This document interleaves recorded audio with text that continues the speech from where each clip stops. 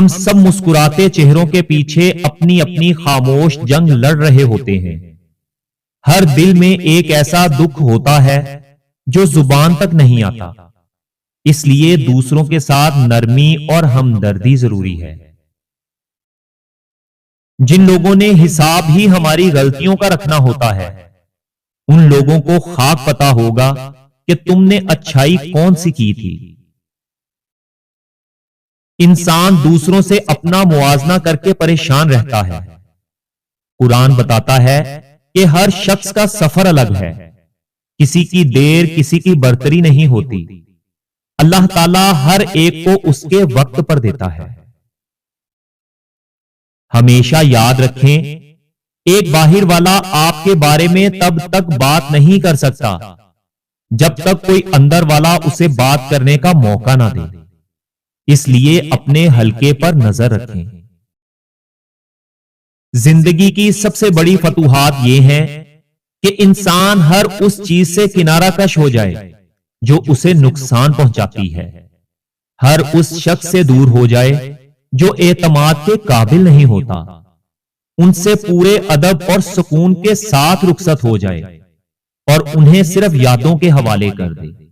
وہ کسی ایسے کو پالیں گے جو ان جیسا ہو اور تم خود کو پالو گے، اور یہی وہ بہترین چیز ہے جسے ایک دن حاصل کیا جا سکتا ہے۔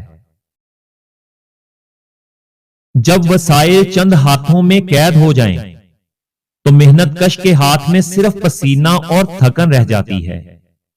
یہ فرق خدا نے نہیں بلکہ انسان کے بنائے ہوئے ان اصولوں نے پیدا کیا ہے، جہاں غریب کا خون نچوڑ کر امیر کے محلات میں رنگ بھرا جاتا ہے۔ حیرت تو یہ ہے کہ یہاں بھوک کا علاج اناج سے نہیں بلکہ تسلیوں سے کیا جاتا ہے۔ طاقتور طبقہ اپنی عیاشیوں کو حق اور غریب کی محرومی کو آزمائش کا نام دے کر بری ذمہ ہو جاتا ہے، حالانکہ انصاف تو یہ تھا کہ ہر ہاتھ کو اس کی محنت کا پورا صلہ ملتا۔ یہ ضروری تو نہیں کہ زندگی جیسے سوچی ہو ویسی ہی گزرے، کبھی زندگی جینے کے لیے حالات سے سمجھوتا کرنا پڑتا ہے، پھر چاہے ہمارا دل زندہ رہے یا مر جائے۔ لوگوں سے اچھے تعلقات رکھنے کا سب سے آسان طریقہ یہ ہے کہ تم ان سے یہ توقع ہی نہ کرو کہ وہ تمہاری طرح سوچیں یا تمہاری طرح بنیں۔ ہر شخص اپنی طرح کا ہے، اس کی اپنی سوچ ہے، اپنی عادتیں ہیں۔ اگر تم انہیں وہی سمجھو گے جو تم ہو تو مایوسی ہوگی۔ انہیں جیسے ہیں ویسا قبول کر لو، زندگی آسان ہو جائے گی۔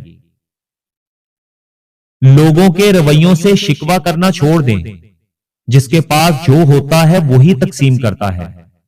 ضروری تو نہیں کہ سب کی جھولیاں اپنائیت، محبت اور خلوص سے بھری ہوں۔ دانت زیادہ خطرناک نہیں ہوتے، خطرناک آنکھیں ہوتی ہیں۔ دانت صرف ہاتھ میں لی ہوئی چیز کھاتے ہیں، جبکہ نظر پورے کا پورا انسان، گھر اور خوشیاں سب کھا جاتی ہے۔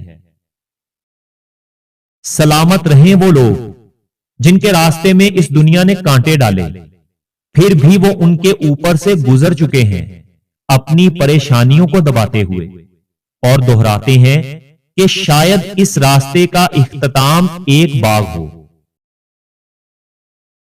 انسان کا دل کتنا بھی دکھی ہو، لیکن اپنے دکھی ہونے کا مطلب ہرگز یہ نہیں ہوتا کہ اپنے پیاروں کے چہروں سے بھی مسکراہٹیں چھین لی جائیں۔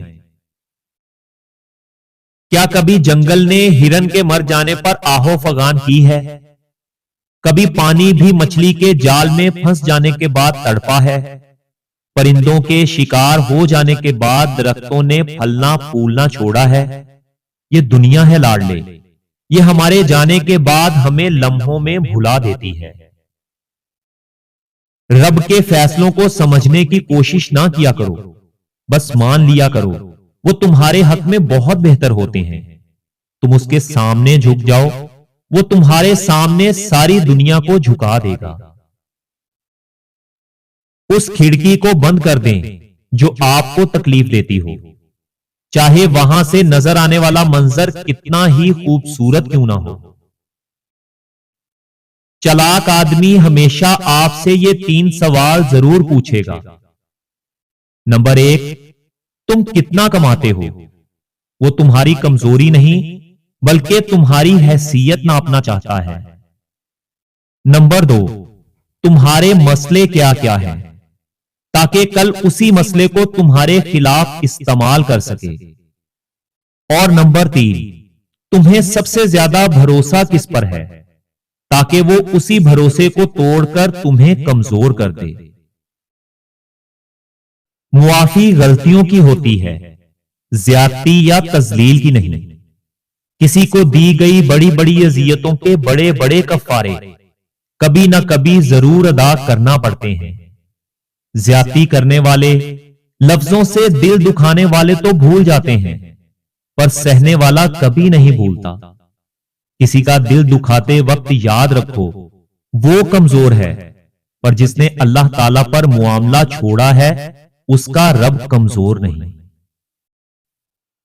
مجھ سے اللہ تعالیٰ کے کرم کے بارے میں پوچھتے ہو تو سنو، وہ تمہیں گناہ کرتے دیکھتا ہے، پھر تمہارے دل میں ندامت ڈال دیتا ہے، پھر تمہیں استغفار کی توفیق دیتا ہے، پھر تمہیں معاف فرما دیتا ہے، پھر تم سے راضی ہو جاتا ہے اور تمہارے گناہوں کو نیکیوں میں بدل دیتا ہے۔